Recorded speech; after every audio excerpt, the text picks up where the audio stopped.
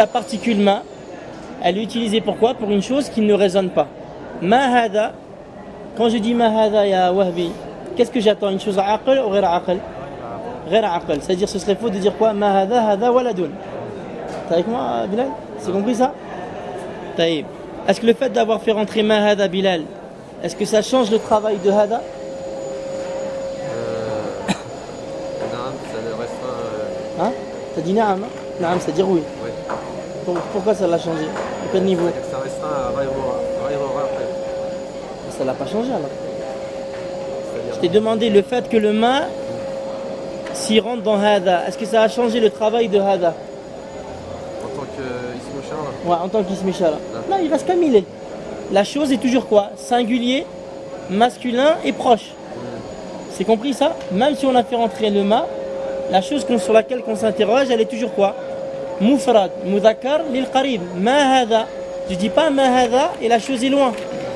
Et je dis pas ma hada et la chose, par exemple, est proche et féminin. C'est compris ça? Par exemple, je dis ma hada, je fais un signe vers une voiture, est-ce que c'est bon?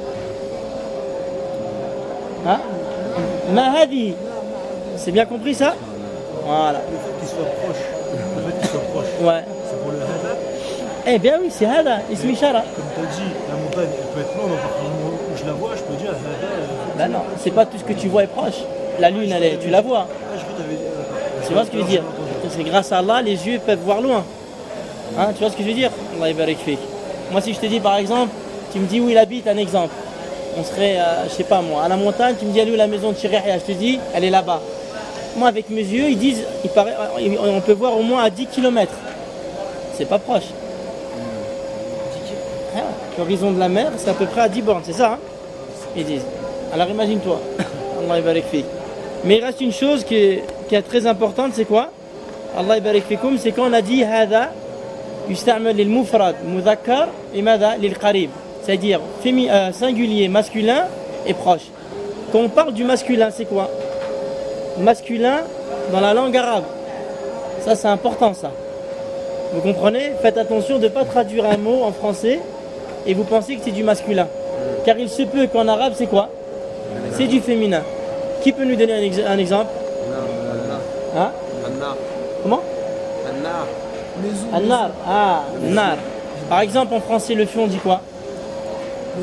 On dit un feu ou un feu? Un feu. Et en arabe, on dit quoi? Hadi narun. Vous comprenez ça? Vous avez compris? C'est pour ça que ça, c'est très important. Quand on dit masculin singulier, c'est moi, si je vous ai traduit ça, c'est pour que vous compreniez quoi? L'utilisation du ism ishara. Mais il faut vous concentrer sur quoi? Sur le masculin singulier en langue arabe. Car il s'avère que de temps en temps, il y a des mots qui sont masculins en français, mais qui sont féminins en arabe. Ou l'inverse. Vous avez compris? Taïb, barakallahu. Comment? Naam, hadi nar. T'as compris ça, Inch'Allah? Barakallahu. Comment? Non, il n'y a pas, parce que c'est beaucoup. Par exemple, on dit quoi? Un mosquée ou une mosquée? Une mosquée. Et en arabe, on dit quoi? Hein? Abdik Mohamed? Hada masjidun. Hada masjidun. Alors qu'en français, c'est une mosquée. Une. Vous avez compris ça, Inch'Allah? Ça, c'est très important de bien comprendre ça. Wahbi, c'est compris ça? Tout le monde a compris ça? Abdel Halim? Daoud? C'est compris ça, frère? Taïb. Barakallahu fikoum. Comment on dit une maison? Comment on dit une maison? Hein? Là, une maison, tu dis pas elle. Parce que c'est indéfini. Baytun. Et ça, Inch'Allah, on va le voir après demain. Hein? Une maison, c'est quoi? Si je vous dis j'ai acheté une maison, vous la connaissez cette maison? Hein?